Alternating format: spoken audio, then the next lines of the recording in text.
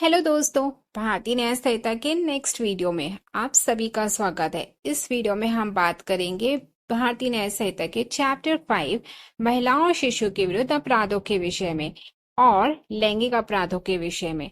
जैसा कि पहले महिलाओं, शिशु और लैंगिक अपराधों के संबंध में आईपीसी में अलग अलग प्रोविजन, अलग अलग चैप्टर्स और धाराओं में दिए गए थे, जिसे भारतीय न्याय संहिता ने मर्ज करके सेक्शन 63 टू 99 में शामिल कर दिया गया है, जिसे आज हम बहुत ही आसान भाषा में समझेंगे।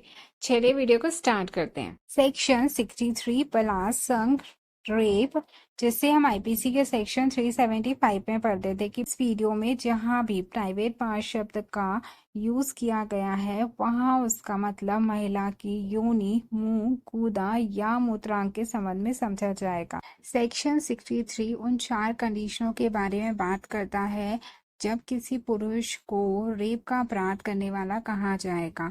कंडीशन नंबर फर्स्ट बात करती है यदि वह किसी भी सीमा तक अपना लिंग किसी महिला के प्राइवेट पार्ट में डालता है या यदि वह किसी भी तरह से किसी महिला को उसके या किसी अन्य व्यक्ति के साथ ऐसा कुछ करने के लिए मजबूर करता है या करवाता है।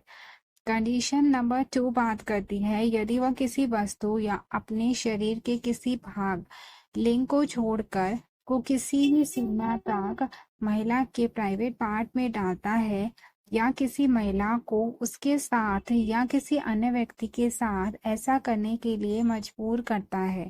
थर्ड कंडीशन बात करती है यदि कोई पुरुष किसी महिला के शरीर के किसी भी हिस्से यानी प्राइवेट पार्ट में प्रवेश करने के लिए किसी भी तरह से छेड़छाड़ करता है या किसी महिला को उसके साथ या किसी अन्य व्यक्ति के साथ ऐसा करने के लिए मजबूर करता है। फोर्थ कंडीशन बात करती है यदि किसी महिला के प्राइवेट पार्ट पर अपना मुंह लगाता है या जबरदस्ती करता है या किसी महिला को उसके साथ या किसी अन्य व्यक्ति के साथ ऐसा करने के लिए मजबूर करता है तो कहा जाएगा कि वह रेप का अपराध कर रहा है। 4 कार्य देखें जब वो किसी पुरुष द्वारा इन 7 कंडीशनों में जो हम आगे देखेंगे में किया जाता है तब वह रेप का अपराध बनता है। तो चलिए वो 7 कंडीशनें देखते हैं। प्रथम कंडीशन बात करती है उसकी इच्छा के विरुद्ध। यदि कोई पुरुष किसी महिला के साथ उसकी इच्छा के विरुद्ध यौन संबंध बनाता है तो यह पहले खंड के अनुसार रेप है जब तक कि यह खंड में सूचीबद्ध अपवादों में से किसी एक के अंतर्गत ना आता हो। दूसरा खंड बात करता है महिला की सहमति के बिना। अगर कोई पुरुष किसी महिला की सहमति के बिना उसके साथ यौन क्रियाकलाप करता है तो वह इस खंड के तहत रेप माना जाएगा। तीसरे खंड के अनुसार जब किसी महिला या उसके किसी प्रियजन को मृत्यु या हानि का भय दिखाकर उसकी सहमति प्राप्त की जाती है, हालांकि यह कार्य उसकी अनुमति से किया जाता है, तो भी यह बलात्कार के बराबर होगा। चौथा खंड बात करता है कि जब पुरुष यह जानता है कि वह महिला का विवाहित जीवन साथी नहीं है, लेकिन वह महिला को यह विश्वास दिलाता है कि वह उसका वैध रूप से विवाहित पति है और महिला यह विश्वास में सहमति प्रदान करती है, तो भी इसे बलात्कार माना जाएगा। 5वां खंड बात करता है कि पीड़िता की सहमति से किए गए कार्य जब वह मानसिक रूप से अस्वस्थ होने या नशे की वजह से अपनी सहमति की प्रकृति और परिणामों को समझने में असमर्थ हो या अभियुक्त द्वारा सीधे या किसी अन्य के माध्यम से किसी नशीले या अस्वास्थ्यकर पदार्थ का सेवन कराकर सहमति प्राप्त की जाती है तो उसे बलात्कार के बराबर माना जाएगा। 6th कंडीशन बात करती है कि अगर आपत्तिजनक कृत्य लड़की की सहमति से या उसके बिना किया जाता है और लड़की 18 वर्ष से कम उम्र की है तो उसे बलात्कार कहा जाएगा। 7 कंडीशन बात करती है कि अगर आपत्तिजनक कृत्य किसी ऐसी महिला पर किया जाता है जो संभोग के समय सहमति देने की स्थिति में नहीं थी तो उसे भी बलात्कार माना जाएगा। यहाँ पर 2 स्पष्टीकरण बताए गए। पहले स्पष्टीकरण में यह प्रावधान किया गया है कि योनि शब्द में बड़ी भकूस, मतलेबिया, मोजोरा भी शामिल होगा। स्पष्टीकरण 2 बात करता है सहमति के बारे में। सहमति से तात्पर्य किसी व्यक्ति द्वारा स्वतंत्र मनस्थिति में की गई गतिविधि से है। इस धारा के अनुसार सहमति को एक स्पष्ट स्वैच्छिक समझौते के रूप में संदर्भित किया जा सकता है जब कोई महिला संचार मौखिक या गैर मौखिक द्वारा किसी विशिष्ट कार्य को करने की अपनी सहमति प्रकट करती है। उक्त स्पष्टीकरण में एक और शर्त जोड़ी गई है, अर्थात यदि ऐसी स्थिति में जहां महिला द्वारा कोई प्रतिरोध नहीं किया जाता है तो इसका अर्थ यह नहीं लगाया जाएगा कि उसके द्वारा सहमति प्रदान कर दी गई है।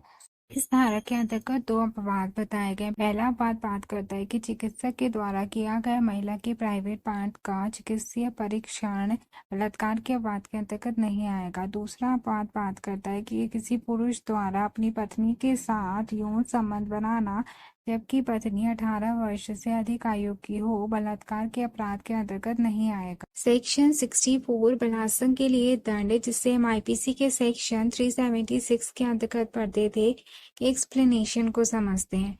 भारतीय न्याय संहिता की धारा 64 बलात्कार के लिए दंड का प्रावधान करती है, जिसमें 2 कंडीशंस बताई गई हैं और उन कंडीशंस में अपराध करने वाले अपराधी को क्या दंड दिया जाएगा के बारे में बताया गया है।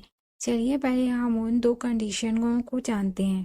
पहली कंडीशंस उन अपराध के लिए दंड का प्रावधान करती है जो अपराध धारा 64 सब क्लॉज 2 में वर्णित परिस्थितियों के अलावा किए जाते हैं। कंडीशन नंबर 2 उन अपराधों के लिए दंड का प्रावधान करती है जो अपराध धारा 64 सब क्लॉज 2 में वर्णित परिस्थितियों के अंतर्गत किए जाते हैं। सबसे पहले हम उन दोनों कंडीशंस में जो दंड दिया जाता है उसको देख लेते हैं, फिर हम उन कंडीशनों के बारे में चर्चा करेंगे। फर्स्ट है उन मामलों के लिए दंड जो धारा 64 सब क्लॉज 2 में वर्णित नहीं है, तो उसमें किसी भी प्रकार के कठोर कारावास से दंडित किया जाएगा जिसकी अवधि 10 वर्ष से कम नहीं होगी, लेकिन जो आजीवन कारावास तक की हो सकती है और जुर्माने से भी दंडित इसमें किया जाएगा। वहीं दूसरी बात करती है कि उन मामलों के लिए दंड जो धारा 64 सब क्लॉज 2 में वर्णित है, तो उसमें कम से कम 10 वर्ष की अवधि के कठोर कारावास से दंडित किया जाएगा, वहीं जिसे आजीवन कारावास से बढ़ाया जा सकता है, जिसका अर्थ उस व्यक्ति के शेष प्राकृतिक जीवन काल के लिए कारावास और जुर्माने से लगाया जाएगा। अब हम देखते हैं धारा 64 सब क्लॉज 2 में वर्णित परिस्थितियां। तो पहली बात करती है यदि कोई पुलिस अधिकारी पुलिस स्टेशन के परिसर में या हिरासत में मौजूद किसी महिला पर बलात्कार का अपराध करता है। दूसरा, यदि कोई लोक सेवक अपने कर्तव्य के दौरान किसी ऐसी महिला के साथ बलात्कार करता है जो ऐसे लोक सेवक की हिरासत में है या उसके किसी अधीनस्थ की हिरासत में है।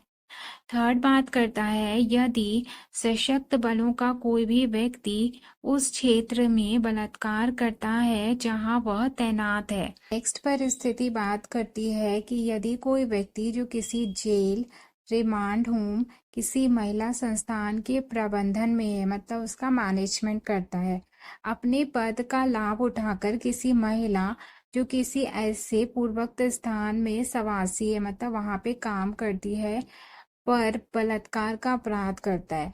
नेक्स्ट परिस्थिति बताती है यदि कोई व्यक्ति किसी अस्पताल में काम करता है और उसी अस्पताल में बलात्कार करता है जहां वह काम करता है। नेक्स्ट परिस्थिति बताती है यदि कोई व्यक्ति जो किसी महिला का रिश्तेदार है, अभिभावक है या शिक्षक है या उसके प्रति विश्वास या अधिकार की स्थिति में है, मतलब वो जो महिला है वो उस पर विश्वास करती है और समझती है कि उसका उस पर अधिकार है, उसके साथ बलात्कार का कृत्य करता है। नेक्स्ट परिस्थिति बात करती है कि यदि कोई व्यक्ति सांप्रदायिक या सांप्रदायिक हिंसा के दौरान किसी महिला के साथ बलात्कार का अपराध करता है। नेक्स्ट परिस्थिति बात करती है कि यदि कोई व्यक्ति किसी गर्भवती महिला के साथ बलात्कार करता है, उसकी गर्भावस्था के बारे में जानकारी होने के बावजूद भी। नेक्स्ट परिस्थिति बात करती है कि यदि कोई व्यक्ति किसी ऐसी महिला के साथ बलात्कार करता है जो अपनी सहमति देने में सक्षम नहीं है। नेक्स्ट परिस्थिति बात करती है कि यदि कोई व्यक्ति किसी ऐसी महिला के साथ बलात्कार करता है जिस पर उसका नियंत्रण या प्रभुत्व है। नेक्स्ट कंडीशन बात करती है कि यदि कोई व्यक्ति किसी मानसिक या शारीरिक रूप से अस्वस्थ महिला के साथ बलात्कार करता है। नेक्स्ट परिस्थिति बताती है यदि कोई व्यक्ति बलात्कार का अपराध करते समय किसी महिला को गंभीर रूप से घायल करता है या गंभीर रूप से चोट पहुंचाता है या अपंग बनाता है या विकृत करता है या उसके जीवन को खतरे में डालता है तो भी वह बलात्कार के अंतर्गत माना जाएगा। यदि कोई व्यक्ति एक ही महिला के साथ बार बार बलात्कार करता है तो भी उससे इसी परिस्थिति के अंतर्गत दंड दिया जाएगा। स्पष्टीकरण एक बात करता है कि सशस्त्र बल से नौसैनिक, सैनिक और वायु सैनिक का कोई सदस्य अभिप्रेत है, वहीं केंद्रीय सरकार या राज्य सरकार के नियंत्रण के अधीन गठित सशस्त्र बलों, अर्धसैनिक बल और कोई सहायक बल का सदस्य भी अभिप्रेत है। वहीं अगर हम स्पष्टीकरण 2 की बात करें तो वो बताता है कि अस्पताल से अस्पताल का अहाता अभिप्रेत है, मतलब जिसका ओनर अभिप्रेत है, और इसके अंतर्गत किसी ऐसी संस्था का ओनर भी अभिप्रेत है जो स्वास्थ्य लाभ कर रहे व्यक्तियों को या चिकित्सीय देखरेख कर रहे व्यक्तियों को आवास उपलब्ध कराता है या किसी भी प्रकार का उपचार उपलब्ध कराता है। स्पष्टीकरण सी बात करता है कि पुलिस अधिकारी का वही अर्थ होगा जो पुलिस अधिनियम 1861 के अधीन पुलिस पद में है। नेक्स्ट स्पष्टीकरण बात करता है कि स्त्रियों या बालकों की संस्था में स्त्रियों बालकों को ग्रहण करने और उनकी देखभाल करने के लिए स्थापित और अनुरक्षित कोई संस्था अभिप्रेत है, चाहे वो किसी भी नाम से हो। सेक्शन 65 कतिपय मामलों में बलात्कार के लिए दंड। इसके अंतर्गत आईपीसी के 2 सेक्शनों को मर्ज किया गया है। पहला आईपीसी के सेक्शन 376 सब क्लॉज 3 को, दूसरा 376 सब क्लॉज AB को। यह धारा 2 कंडीशंस के बारे में दंड का प्रावधान करती है जो इस धारा के सब क्लॉज 1 और 2 में दी गई है। क्लॉज 1 को हम आईपीसी के सेक्शन 376 सब क्लॉज 3 के अंतर्गत व क्लॉज 2 को हम आईपीसी के सेक्शन 376 AB के अंतर्गत पढ़ते थे। सेक्शन 65 सब क्लॉज 1 प्रावधान करती है 16 वर्ष से कम आयु की महिला के साथ बलात्कार के लिए दंड। इसमें जो दंड की व्यवस्था की गई है वह है कम से कम 20 वर्ष की कठोर कारावास की सजा जो आजीवन कारावास तक बढ़ाई जा सकती है और जुर्माने से भी दंडित किया जाएगा। वहीं अगर हम सेक्शन 65 सब क्लॉज 2 जो प्रावधान करती है 12 वर्ष से कम आयु की महिला के साथ बलात्कार के लिए दंड, जिसमें दंड की व्यवस्था की गई है कम से कम 20 वर्ष के कठोर कारावास की सजा जो आजीवन कारावास तक बढ़ाई जा सकती है और जुर्माने या फिर मृत्यु दंड से दंडित किया जाना चाहिए। नोट 1 आजीवन कारावास का अर्थ उस व्यक्ति के शेष प्राकृतिक जीवन से लगाया जाएगा। वहीं यहाँ पे जो जुर्माना दिया जाएगा वो पीड़िता को दिया जाएगा और वह इतना दिया जाएगा कि वह उसके चिकित्सीय व्यय और पुनर्वास को पूरा करने के लिए पर्याप्त हो। सेक्शन 66 पीड़िता की मृत्यु या लगातार विकृतशील दशा कारित करने के लिए दंड, जिसे हम आईपीसी के सेक्शन 376 से A के अंतर्गत पढ़ते थे। यह धारा कहती है कि जो कोई धारा 376 की उपधारा 1 या उपधारा 2 में जो परिस्थितियां दी गई हैं उसके अधीन दंडनीय कोई अपराध अर्थात बलात्कार करता है और ऐसे अपराध के दौरान ऐसी कोई हानि पहुंचाता है जिससे उस स्त्री की मृत्यु कारित हो जाती है या जिसके कारण उस स्त्री की दशा लगातार विकृतशील हो जाती है, मतलब बिगड़ती जाती है, तो उसे जो दंड दिया जाएगा वह होगा ऐसी अवधि के कठोर कारावास से जिसकी अवधि 20 वर्ष से कम की नहीं होगी किंतु जो आजीवन कारावास तक की हो सकती है या मृत्यु दंड से दंडित किया जाएगा। आप सबसे एक छोटी सी रिक्वेस्ट, अगर आपने अभी तक चैनल को सब्सक्राइब नहीं किया है प्लीज जल्दी से कर लीजिए और वीडियो को ज्यादा से ज्यादा अपने दोस्तों को शेयर कीजिए जिससे मुझे न्यू वीडियोस आपके लिए बनाने का मोटिवेशन मिलता रहता है। सेक्शन 67 पति द्वारा अपनी पत्नी के साथ पृथककरण के दौरान मैथुन, जिसे हम आईपीसी के सेक्शन 376 B के अंतर्गत पढ़ते थे। इस प्रावधान के अनुसार अलगाव चाहे वह अलगाव के आदेश के तहत हो या अन्यथा, अर्थात अगर वो कोर्ट के द्वारा उन्हें सेपरेट रहने का आदेश दिया जाता है या बिना कोर्ट के आदेश के वो सेपरेट रह रहे हैं के दौरान और उसकी पत्नी की सहमति के बिना पति द्वारा अपनी पत्नी के साथ यौन संबंध बनाने का प्रयास किया जाता है या उसे मजबूर किया जाता है या उसके साथ जबरदस्ती की जाती है, तो उससे कम 2 वर्ष की अवधि के कारावास से दंडित किया जा सकता है, जिसे 7 वर्ष तक बढ़ाया जा सकता है और जुर्माना भी लगाया जाएगा। सेक्शन 68 प्राधिकार में किसी व्यक्ति द्वारा मैथुन, जिसे हम आईपीसी के सेक्शन 376 सी के अंतर्गत पढ़ते थे। इस धारा में किसी व्यक्ति द्वारा अपने पद का दुरुपयोग करके किसी महिला के साथ यौन संबंध बनाने पर सजा का प्रावधान किया गया है। चलिए हम देखते हैं कि वो व्यक्ति कौन है। पहला, अगर कोई अधिकार प्राप्त व्यक्ति किसी महिला को अपने साथ यौन संबंध बनाने के लिए बहकाता है तो यह इस धारा के तहत दंडनीय अपराध करता है समझा जाएगा। सेकंड बताता है कि अगर कोई अधिकार प्राप्त व्यक्ति प्रत्ययी संबंध रखने वाला व्यक्ति या कोई सरकारी कर्मचारी या जेल, रिमांड होम या किसी अन्य ऐसी संस्था में अधीक्षक या प्रबंधक अपने पद का दुरुपयोग करके किसी महिला को अपने साथ यौन संबंध बनाने के लिए मजबूर करता है तो इस धारा के तहत दंडनीय अपराध करता है। नेक्स्ट पॉइंट बात करता है कि अस्पताल प्रबंधन या अस्पताल के कर्मचारी में से कोई व्यक्ति अपने पद का दुरुपयोग करके किसी महिला को अपने साथ यौन संबंध बनाने के लिए मजबूर करता है तो वह इस धारा के तहत दंडनीय अपराध करता है समझा जाएगा और उसे जो पनिशमेंट दी जाएगी वो कम से कम 5 साल की अवधि के कठोर कारावास से दंडित किया जाएगा, जिसे 10 साल तक बढ़ाया जा सकता है। साथ ही साथ जुर्माना भी लगाया जाएगा। सेक्शन 69 प्रवंचनापूर्ण साधनों आदि का उपयोग करके मैथुन, जिसे हम भारतीय न्याय संहिता में न्यू ऐड किया गया है। यह धारा यह स्पष्ट करती है कि यदि कोई व्यक्ति धोखे से या किसी स्त्री से विवाह करने का वादा करके उसे पूरा करने के इरादे के बिना, मतलब वो उसे विश्वास तो दिलाता है कि वो उससे विवाह करेगा लेकिन उसका ऐसा करने का कोई इरादा नहीं होता है, उसके साथ यौन संबंध बनाता है तो ऐसा यौन संबंध बलात्कार के अपराध की श्रेणी में नहीं आता है, लेकिन उसे कारावास से दंडित किया जाना जाएगा जो 10 वर्ष तक का होगा और जुर्माना से भी दंडित किया जाएगा। इस धारा के अंतर्गत धोखेबाजी के साधनों में नौकरी, पदोन्नति या किसी की पहचान के बारे में किसी को गुमराह करने से संबंधित प्रलोभन शामिल है। सेक्शन 70 सामूहिक बलात्कार, गैंग रेप, जिसमें दो आईपीसी के 2 सेक्शंस 376 डी एंड 376 डी को मर्ज किया गया है। यह धारा 2 कंडीशंस के बारे में दंड का प्रावधान करती है जो इस धारा के सब क्लॉज 1 एंड 2 में दी गई है। क्लॉज 1 को हम आईपीसी के सेक्शन 376 डी के अंतर्गत, वहाँ क्लॉज 2 को हम आईपीसी के सेक्शन 376 डी ए के अंतर्गत पढ़ते थे। चलिए हम वो कंडीशंस देखते हैं। फर्स्ट कंडीशन जो सेक्शन 70 सब क्लॉज 1 में दी गई है प्रावधान करती है किसी भी महिला के साथ सामूहिक बलात्कार के संबंध में, अतः जहां किसी महिला के साथ एक या एक से अधिक व्यक्तियों द्वारा समूह बनाकर या समान इरादे से कॉमन इंटेंशन के साथ रेप किया जाता है तो उन व्यक्तियों में से प्रत्येक ने रेप का अपराध किया है माना जाएगा।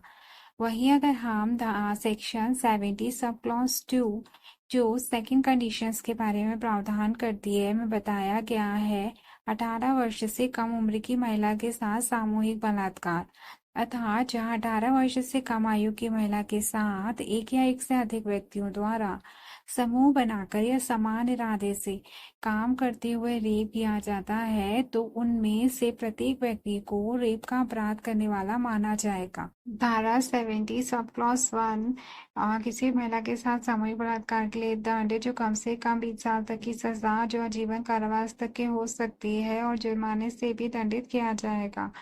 वहीं अगर हम धारा 70 सब क्लॉज 2 जो 18 से कम उम्र की महिलाओं के साथ सामूहिक बलात्कार के लिए दंड का प्रावधान करती है, आजीवन कारावास की सजा से दंडित किया जाएगा। इसके साथ ही अपराध की गंभीरता को देखते हुए सभी दोषी व्यक्तियों को मौत की सजा से भी दंडित किया जा सकता है और साथ ही साथ दोषियों पर जुर्माना भी लगाया जाएगा। सेक्शन 71 पुनरावृत्तिकर्ता अपराधियों के लिए दंड, जिसे हम आईपीसी के सेक्शन 376 ई के अंतर्गत पढ़ते थे। यह धारा बार बार बलात्कार का अपराध करने वालों के लिए सजा को परिभाषित करती है।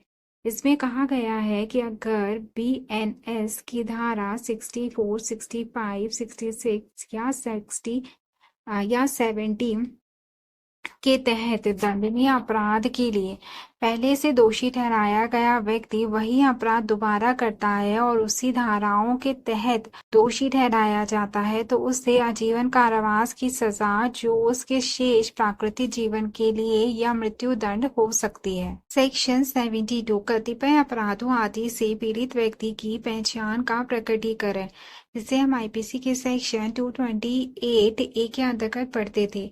भारतीय न्याय संहिता की यह धारा पीड़िता की पहचान की सुरक्षा से जुड़ी हुई है। इस धारा के मुताबिक अगर कोई व्यक्ति किसी ऐसे नाम या सामग्री को प्रकाशित या मुद्रित करता है जिससे किसी व्यक्ति की पहचान का पता चलता है, तो वह किस दंड से दंडनीय होगा? वह दोनों में से किसी भी भांति के कारावास से, जिसकी अवधि 2 वर्ष तक की हो सकेगी, और जुर्माने से भी दंडित किया जाएगा। लेकिन यह दंड सबको नहीं दिया जाएगा। यह दंड उन मामलों में लगाया जाता है जब किसी व्यक्ति पर धारा 64, 65, 66, 67, 70 या 71 के तहत कोई अपराध करने का आरोप लगा हो। जहाँ यह धारा पीड़िता की पहचान को प्रकाशित करना अपराध बनाती है, वहीं पर यहाँ पे कुछ ऐसी परिस्थितियां दी गई हैं जो अगर पीड़िता की पहचान या नाम प्रकाशित करने को अपराध नहीं बनाती है। पहली कंडीशन बात करती है कि अगर पुलिस थाने के महासातक अधिकारी के जो ऐसे अन्वेषण के प्रयोजन के लिए सद्भावना पूर्वक कार्य कर रहा है, उसके लिखित आदेश के अधीन अगर ऐसा किया जाता है, या ऐसे अपराध का अन्वेषण करने वाले पुलिस अधिकारी के जो ऐसे अन्वेषण के प्रयोजन के लिए सद्भावना पूर्वक ऐसा कार्य कर रहा है। दूसरी कंडीशन बात करती है पीड़ित व्यक्ति द्वारा या उसके लिखित प्राधिकार से ऐसा किया जाता है। थर्ड कंडीशन बात करती है जहां पीड़ित व्यक्ति की मृत्यु हो चुकी है अथवा वह अवयस्क है या विकृत है, वहां पीड़ित व्यक्ति के निकट संबंधी द्वारा या उसके लिखित प्राधिकार या आदेश से ऐसा किया जा सकता है। सेक्शन 73 न्यायालय की कार्रवाई से संबंधित किसी भी मामले को बिना अनुमति के छापना या प्रकाशित करना, जिसे हम आईपीसी के सेक्शन 228 सब क्लॉज 3 के अंतर्गत पढ़ते थे। इसमें बताया गया है कि यदि धारा 72 के तहत अपराधों से संबंधित कोई भी कार्यवाही न्यायालय में चल रही है, तो उस कार्यवाही के बारे में न्यायालय की पूर्व अनुमति के बिना अगर कोई भी सामग्री छापना या प्रकाशित करता है तो वह दंडनीय माना जाएगा, जिसके लिए 2 साल तक की कैद और जुर्माने से दंडित किया जाएगा। हालांकि यहाँ पर उच्च न्यायालय या सर्वोच्च न्यायालय के निर्णयों का प्रकाशन इस धारा के तहत अपराध नहीं माना जाएगा।